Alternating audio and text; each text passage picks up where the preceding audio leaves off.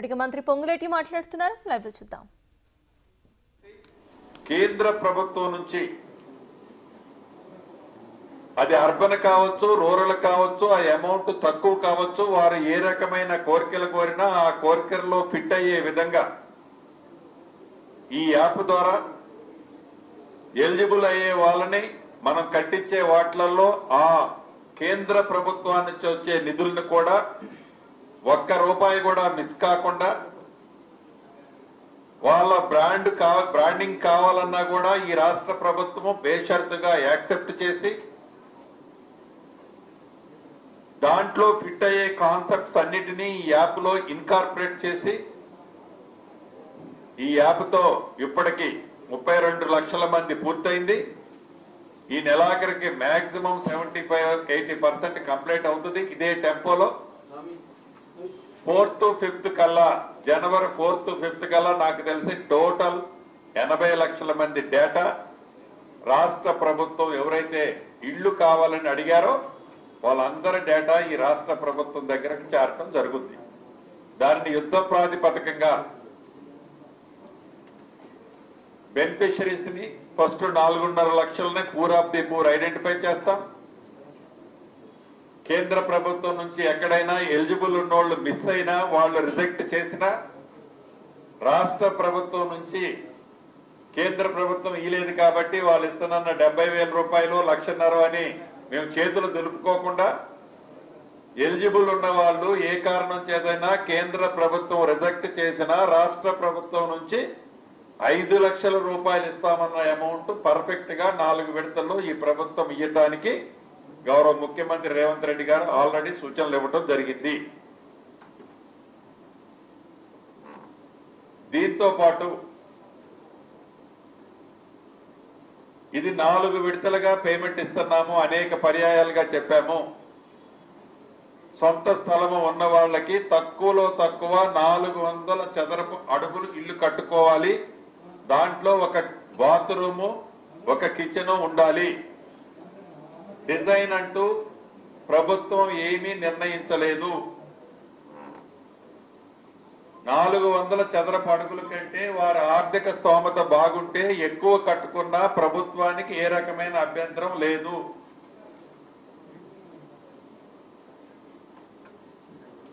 నాలుగు విడతల్లో ఫౌండేషన్ కి 1,00,000 రూపాయలు, కిటికీ లెవెల్ కట్టితే 1,25,000, స్లాబ్ వేస్తే 1,75,000, గోపరేషన్ టైంలో మిగిలిన 1,00,000, మొత్తం కలిపి 5 లక్షల రూపాయలు గ్రీన్ ఛానల్లో నిరుపేదలకి, ఇల్లు కట్టుకున్న వాళ్ళకి ఇందిరమ్మ ఇళ్ల స్కీమ్ లో ఇవ్వటం జరుగుతుంది.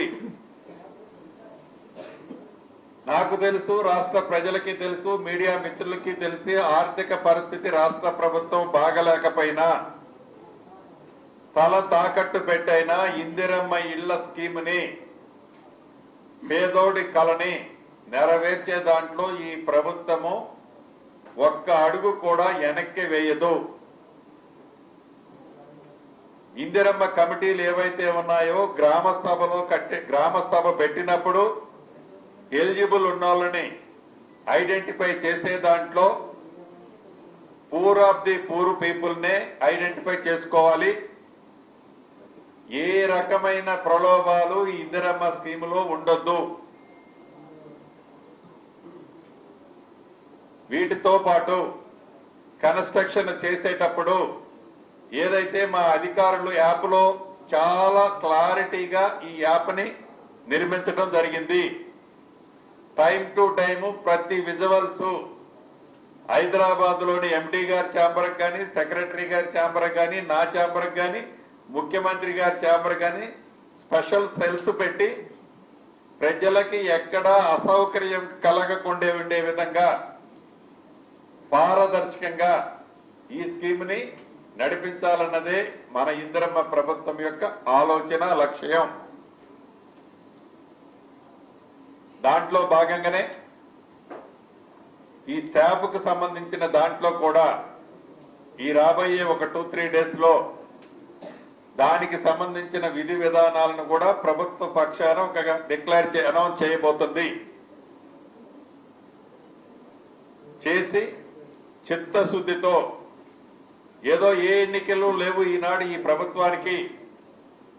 ఎన్నికల ముందు ఆడే ఆట కాదు. ఎన్నికలు ఉన్నా లేకపోయినా పేదోడు పక్షాన నిలబడేది మన ఇందిరమ్మ ప్రభుత్వం. కాబట్టి ఇది నిరంతరము చేద్దామనే చిత్తశుద్ధితో ఈ కార్యక్రమం చేపట్టింది. కాబట్టి దీన్ని వడివడిగా నడిపించాలనే గౌరవ ఈ శాఖలో ఉన్న అధికారులు, అది ఎండి గారు కావచ్చు, సెక్రటరీ గారు కావచ్చు, మిగతా అధికారులు కావచ్చు, మంత్రిగా టైం టు టైం రెగ్యులర్ గా ఫాలో అప్ చేస్తూ దీన్ని పుష్ చేయడం జరుగుతుంది. నిరుపేదలు ఎవరైతే రాష్ట్ర వ్యాప్తంగా ఉన్నారో ఎవరు అభద్రతకు లోనవ్వక్కర్లా, ఎవరికి మీరు లాలూచీగా ఉండాల్సిన అవసరం లేదు. ఈ ఈ 2-3 రోజుల్లోపే, ఈ వారం లోపు మీకు డైరెక్ట్ నెంబర్స్ ఏవైతే ఉన్నాయో మీ కంప్లైంట్ కి సంబంధించి ఆల్రెడీ ఇచ్చాము.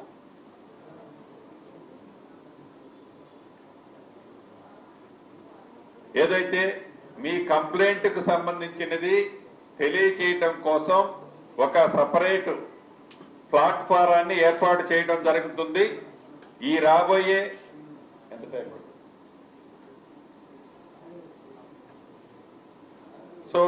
రాబోయే 2-3 రోజుల్లో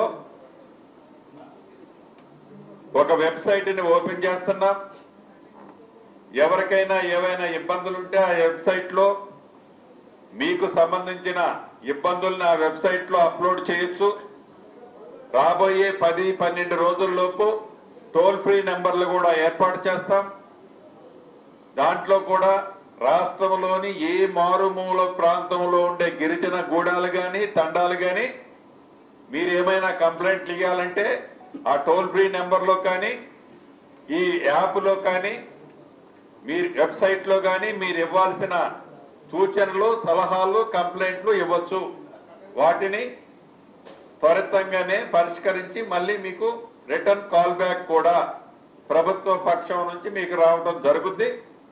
దీంట్లో మీడియా మిత్రులు కూడా మీ ప్రాంతాల్లో, అంటే అందరూ గ్రామీణ ప్రాంతం నుంచి ఈనాడు ఇక్కడ ఉండి ఉంటారు, మీ నోటీస్కి ఏమన్నా వచ్చినా పేదోళ్లకు ఇల్లు ఇచ్చే ఈ మంచి కార్యక్రమంలో మీ సహాయ సహకారాలు కావాలని ప్రభుత్వ పక్షాన నేను మనస్ఫూర్తిగా కోరుకుంటున్నాను. Thank you.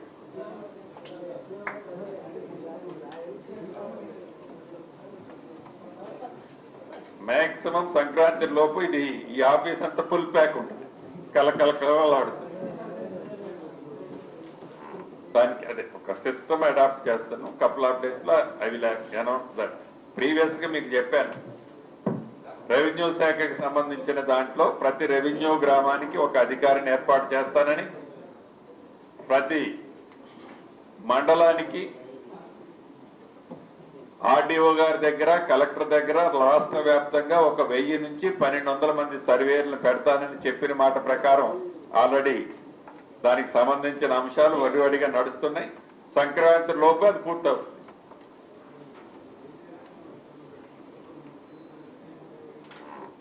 అంటే ఏదైతే రెవెన్యూ వ్యవస్థలో ఉద్యోగస్తులు ఉన్నారో వాళ్ళని ఫుల్ఫిల్ చేయాల్సిన బాధ్యత ఈ ప్రభుత్వం మీద ఉంది. గతంలో వాళ్ళని రోడ్డు మీద పెట్టేశారు తప్ప వాళ్ళకి ఏ రకమైన బాధ్యతలో ఆనాటి ప్రభుత్వం ఇవ్వలే.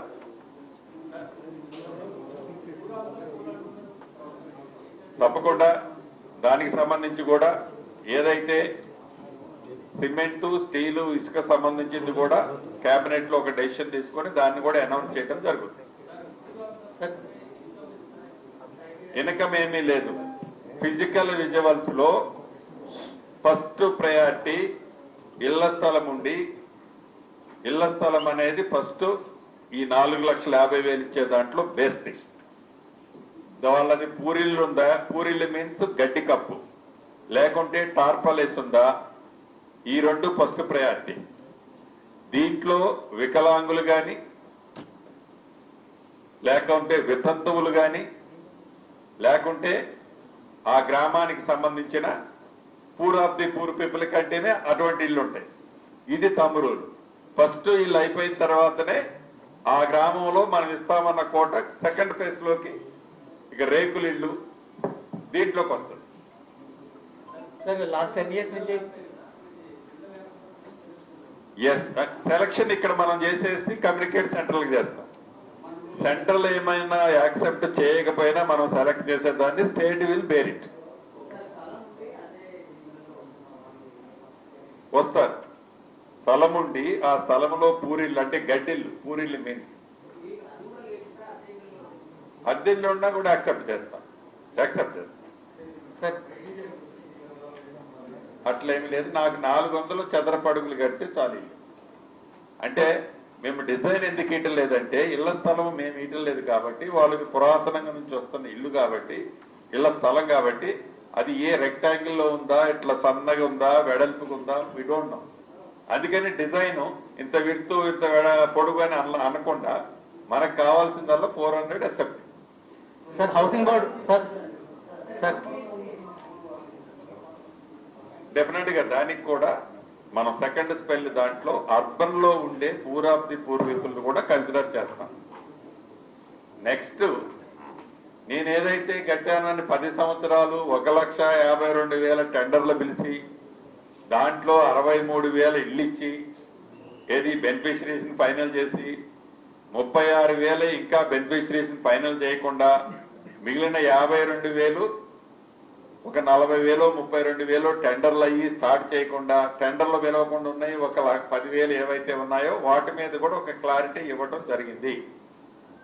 బెనిఫిషరీది అప్పుడు ఫైనల్ అయిన వాటిని యాజ్ ఇట్ ఈజ్ ఉంచి, కంప్లీట్ అయిన వాటిని యుద్ధ ప్రాతిపదిక మీద చిన్న చిన్న రిపేర్లు ఉంటే అవి చేసేసి, అంటే వాటికి ఎలక్ట్రికల్ వైర్లు ఎప్పుడో పెట్టారు పీకిపోయారు, విండోలు పెట్టారు పీకిపోయారు, డోర్లు పెట్టారు పీకిపోయారు, వాటన్నిటినీ రెక్టిఫై చేసి వాటికి మౌలిక వసతులు కల్పించి బెనిఫిషరీని ఫైనల్ చేసి మౌలిక వసతులు కల్పిస్తే జాగ్రత్తగా ఇంట్లో మళ్ళీ పీకిపోకుండా ఉంటారు. అదే రకంగా అన్కంప్లీట్ ఉన్న వాటిని కూడా ఇళ్ల స్థలం లేని వాళ్ళకి ఫస్ట్ ప్రయారిటీ ఇందాక చెప్పిన పూర్వాబ్ది పూర్లుగా ఐడెంటిఫై చేసి వాళ్ళకి అలొకేషన్ చేయటం జరుగుద్ది.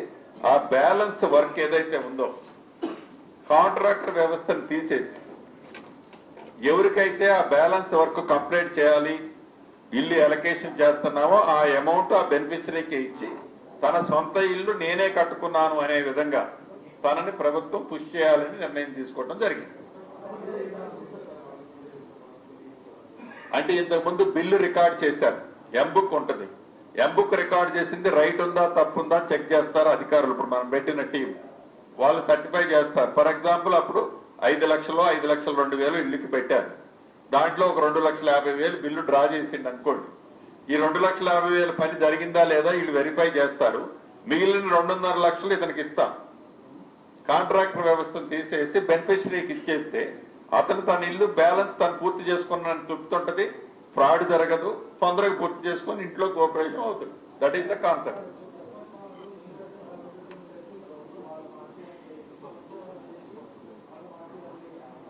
ఇప్పుడు కనీసం వాటిని పూర్తి చేయాలనే ఆలోచన కానీ, వాటిని ఆ పేదోడికి ఇవ్వాలని జ్ఞానం కానీ ఎక్కువ నేనంటే ఇక మరీ విమర్శించిన అంటారు.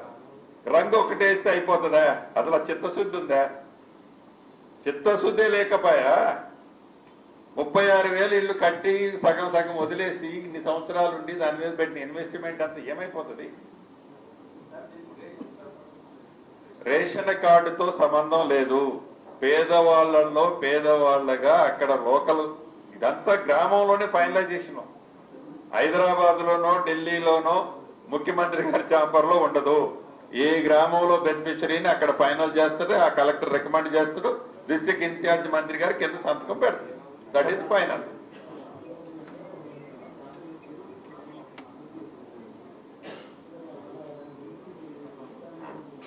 ఏదైతే అర్హులు ఉన్నారో ఆ గృహజ్యోతి కార్యక్రమం ద్వారా 3 లక్షల రూపాయలు ఇస్తామని చెప్పి మొదలుపెట్టి వివిధ స్థాయిల్లో ఉన్న వాళ్ళు ఎవరైతే నా నోటీస్కి వచ్చింది 600 700 రాష్ట్ర వ్యాప్తంగా ఇళ్ళు ఉన్నాయి.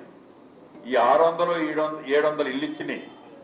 డబ్బులుండి పింక్ కలర్ షర్ట్ ఉంది, నాకు అది ఇల్లు కావాలంటే ఇయ్యలేను. పింక్ కలర్ షర్ట్ వేసుకున్నా వాడు పేదోడైతే ఇస్తా.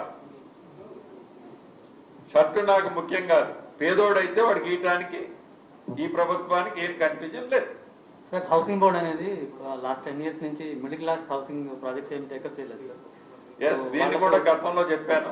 700 మెంబర్ 700 ఎకరాల భూమి ఉంది, ప్లస్ 1800 ఎకరాల దిల్లు ఆధ్వర్యంలో ఉంది. అది ఏపీతో లీగల్ ఇష్యూలో ఉంది, మీకు తెలిసిన విషయమే. ప్లస్ దానివల్ల ఈ 2 crores మన తెలంగాణ గవర్నమెంట్ వాళ్ళకి పెన్షన్ రూపంలో పే చేస్తుంది అనేది ఒకటి తెలుస్తున్న విషయం. ఎవరికి 2 crores? ఏపీలో హౌసింగ్ బోర్డ్ నుంచి రిటైర్ అయిన ఎంప్లాయీస్ కి Telangana is bearing that expenses నాకు తెలిసి అటువంటిది ఏమీ లేదు. ఈ ఢిల్లీ ల్యాండ్ చేస్తున్నారు.